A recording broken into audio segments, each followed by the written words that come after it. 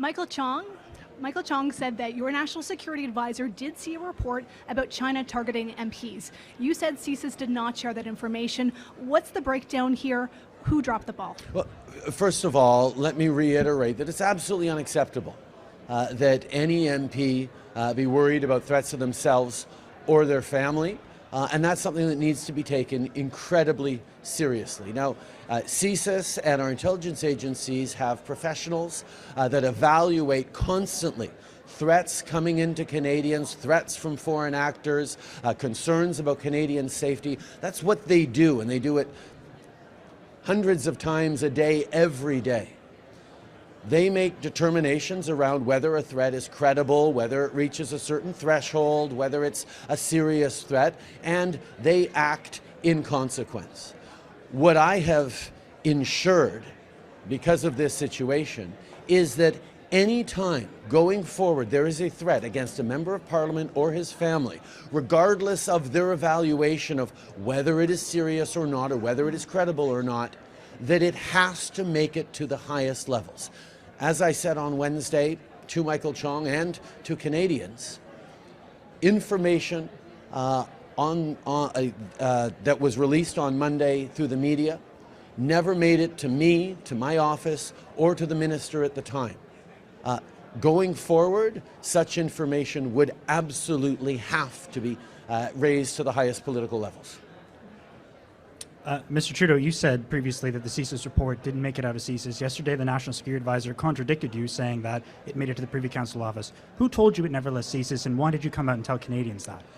When the media reports came out on Monday, talking about threats to an MP and his family, I immediately turned to CSIS and to our intelligence agencies to find out exactly what the facts were, what was known, who knew it when, what was done with it. I was reassured to see that Mr. Chong had received multiple briefings following the information collected by CSIS to ensure that he and his family were kept safe, or would at least know what was going on in the extent that they needed to and they could be briefed.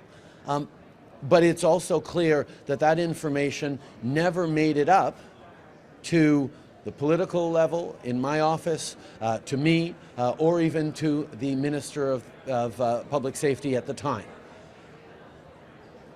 The intelligence agencies constantly receive information about threats to Canadians, to our institutions, from various sources, and they are professionals at making evaluations on whether a threat is serious or credible and what actions need to be taken following a given threat or assessment.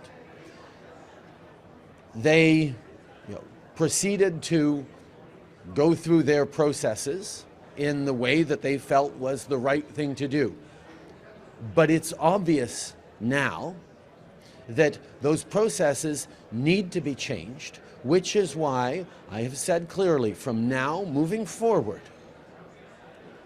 any threat, whether it's serious or credible or not, to a member of Parliament or their family, particularly from foreign sources, needs to be elevated to higher levels than it was.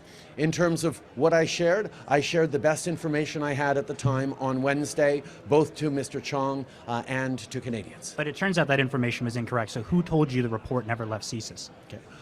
I get briefings regularly from various sources. I'm not going to go into details on that. I will say, however, that as new information comes to light, we will share it as best as possible. But the fundamental fact that CSIS made a determination on what needed to be done with that information based on their professional levels, based on their assessment of threat levels, of seriousness, of credibility, is what we are going at now, saying specifically it has to be elevated, not just out of CSIS to other places. It has to be elevated to the highest levels so that we know about threats to members of Parliament or their families.